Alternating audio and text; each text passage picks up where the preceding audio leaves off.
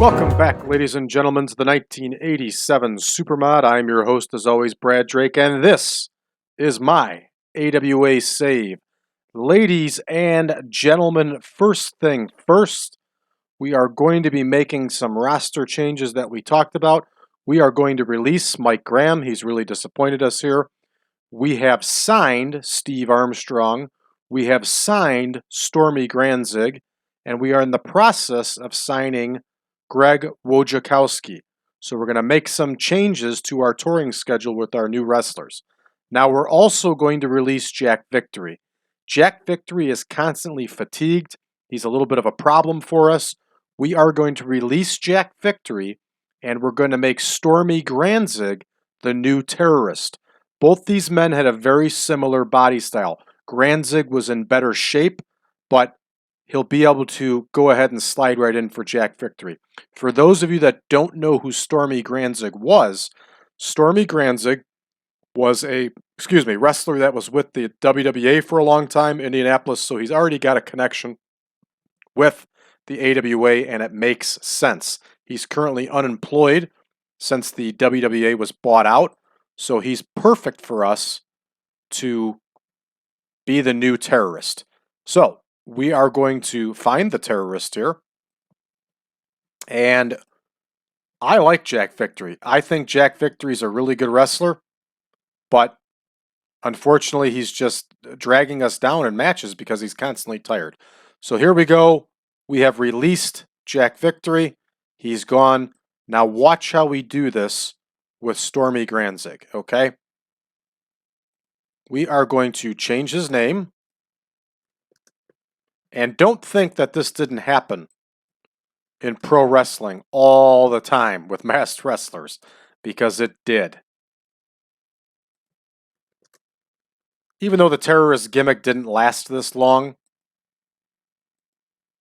I think it's a cool thing to have, and I have no problem with continuing to use it. So when we go save it here, it's going to ask us if this is going to be an alter ego. And we're going to say, yeah, why not?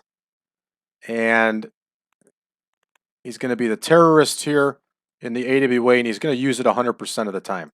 Now, this doesn't really apply to us, but if this was AI controlled, that would tell the AI how often that wrestler is going to be under this gimmick. So we're going to create the mask for him. So we're good here. He is plugged in right now. Of course, he's going to be a heel, so we can change that right away. And we're good to go now with the terrorist, okay? So we're also going to release Mike Graham. Here's Mike Graham. Sorry, Mike, but you pissed us off. Well, we're going to irritate Dick Slater, but that's okay. Mike Graham is gone. Dick Slater doesn't seem to be irritated. We can go ahead and take this note away from our roster. So we are now good to go. So here we are, ladies and gentlemen, Thursday, week 4, November 1987. We're going to go ahead and get going here. This is Thanksgiving night. So this is actually our Thanksgiving show.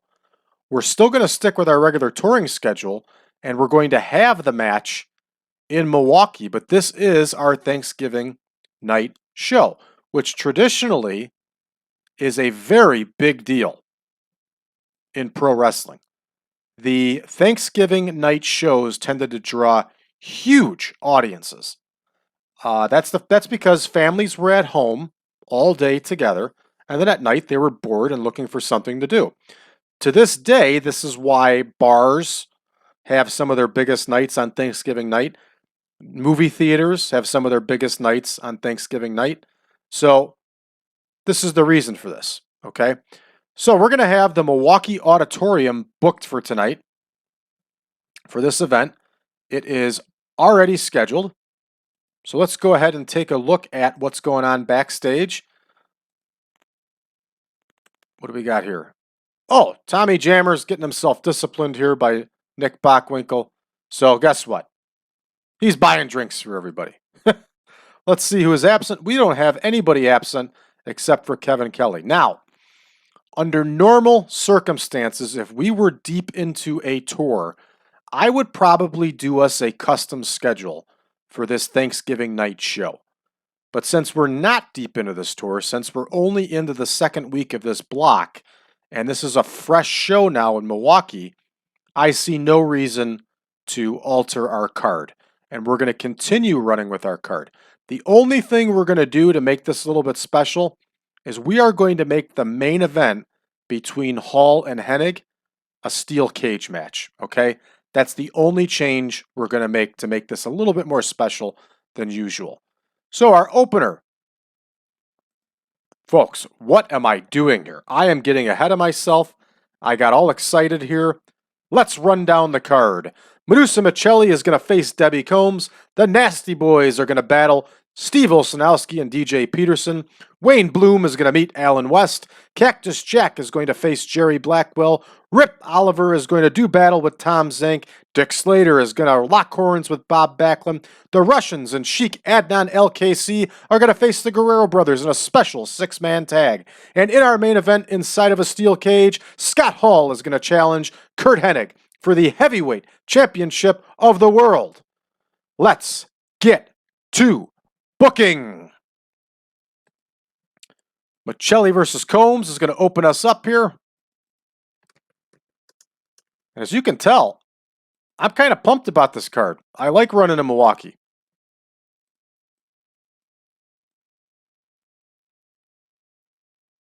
All right, there's Debbie Combs. We plug it in. I think Debbie Combs took the last match between these two.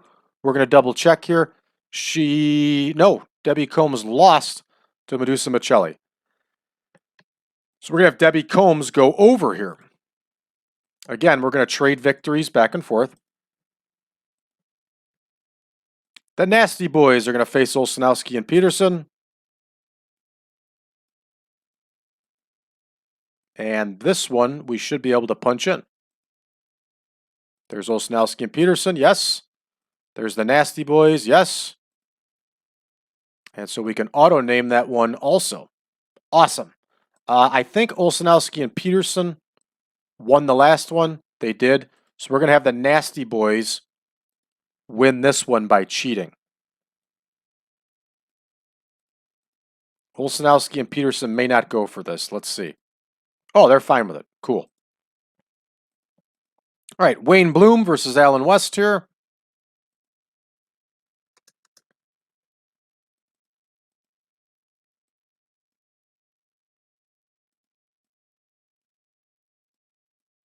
And there is Alan West. Very nice. I forget who won this last time. Alan West won, so we're going to have Wayne Bloom win this time. We're booked out. Moving right along, Cactus Jack and Jerry Blackwell. We're going to leave this one open-ended. Jerry Blackwell should win this one, and he should win this one. Jerry Blackwell was a draw in Milwaukee.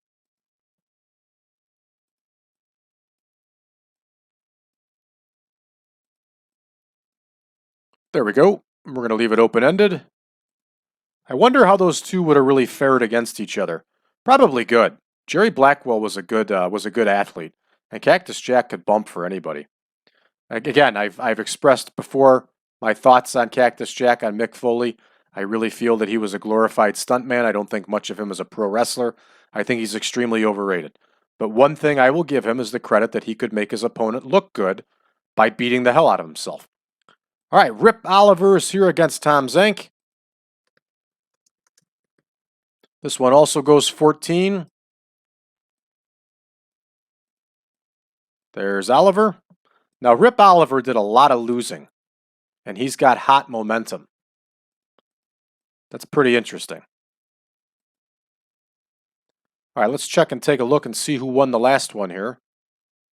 Tom Zenk won the last one. Let's give the win to Rip Oliver here. We got Dick Slater versus Bob Backlund here. This is a hell of a match right here. These two would have torn the house down. They're going 16. We're going to leave this one open-ended.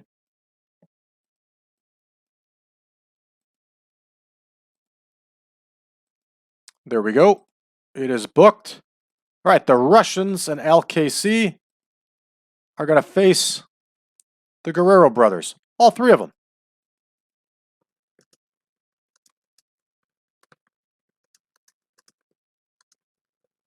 And you have heard me talk time and time again about how great I think that the Guerrero Brothers were.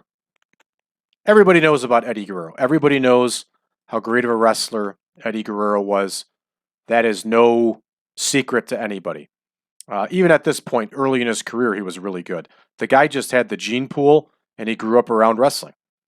Now, what is overlooked is how good his two older brothers were, his three older brothers were. They were fantastic. And they each had a little bit different of a style, but they could all go in singles matches, and they could all go in tag matches. The Guerrero Brothers, I think the world of the Guerrero Brothers. They were fantastic. All right, there's Chavo, there's Eddie. Let's go ahead and punch in Hector. There's Hector. He's in. Let's take a look and see who won the last one. I think the Russians won the last one. They did. So we're going to have Chavo go over here. He's got the white hat. He's looking good as a babyface. And our main event here is going to go a half hour. And it is going to be a cage match.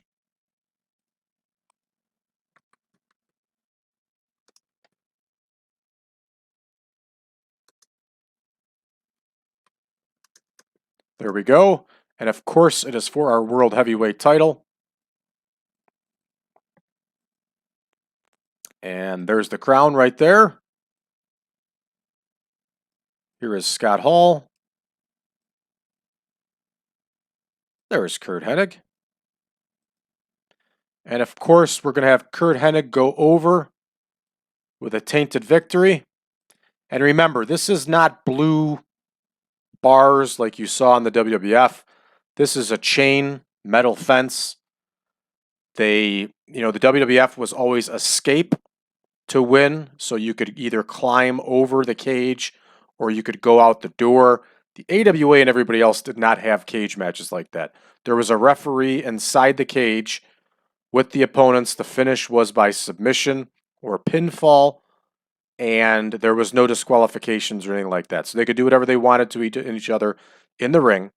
But the purpose of a cage match that everybody forgets, the original purpose of a cage match is to keep people out.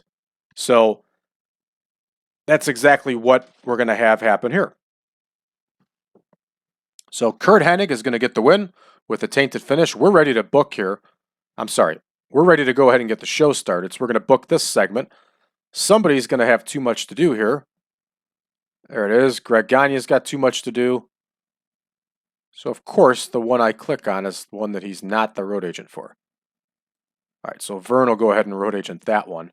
And we're ready to go here, folks. So we're going to go ahead and start this show. All right, Debbie Combs gets the win over Madusa as planned. And they're still getting the red text of doom here, which surprises me. But that's okay. It's Great Lakes. They'll keep getting better. Hey, this one got a nice score. This is a great score for these two teams. See this? Everybody is picking up in popularity now. So a 61 for the second match. That's pretty darn good. This is a nice tag match. There's knocks for inexperience, which is expected. But this is a nice tag match. All right, Bloom versus West. Bloom gets the win. We only get a 32 overall. We get the red text of doom. But that's okay. This is what we expect. Jerry Blackwell wins with that big power slam. I'm surprised Jerry Blackwell didn't get a better score based on his popularity in Milwaukee, but that's something we might have to look into here. So we got a 65 overall. Let's see what the takeaways were. Blackwell's got inconsistency. Cactus Jack has an experience. Okay, 65 overall is not bad. I'll take it. Rip Oliver and Tom Zenk here. Oliver gets the win. 70 overall for these two. Again, pretty darn good. Here's a nice one. This is what I call a hit. Bob Backlund wins with that cross-face chicken wing over Dick Slater. This is a great match, 85. Terrific. Let's see if there's any drawback. There's none. This is a terrific match. Excellent job. All right, our big six-man here only scores a 73. We know why. Eddie Guerrero is sandbagging us, and the Russians just aren't that popular yet. So, not bad, not a big deal. I'm not worried about it. They're all going to continue to improve here. Hector's fatigued. See, that's a little bit of a problem. Then again, I think Hector's working for 10 different promotions also. All right, folks, are you ready? I'm ready. I'm just about ready. Now I'm ready. 81 overall, that's it. 92 and a 78, and all we get is an 81? Come on. The only knock here is Scott Hall's inexperience. Scott Hall only gets a 78? Wow, this is disappointing. In fact, I'm going to call it bullshit. This is a bullshit score for a main event like this. We got big numbers in the other town, and here we are in the Great Lakes region, and we're only drawing an 81? Not cool, TEW.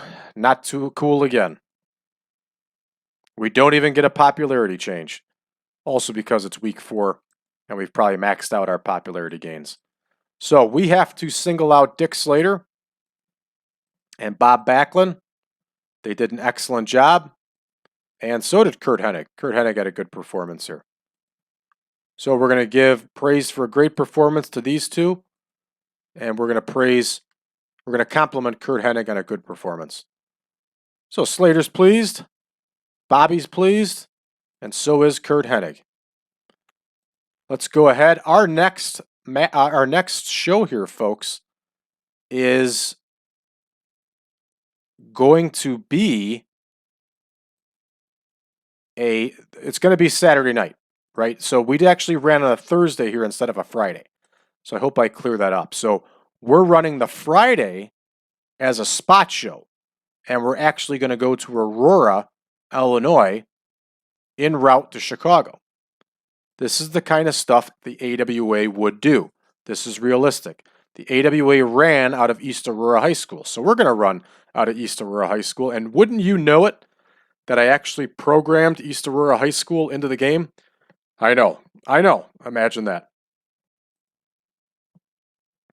All right, Dick Slater is knocking Madusa Micelli. Wow.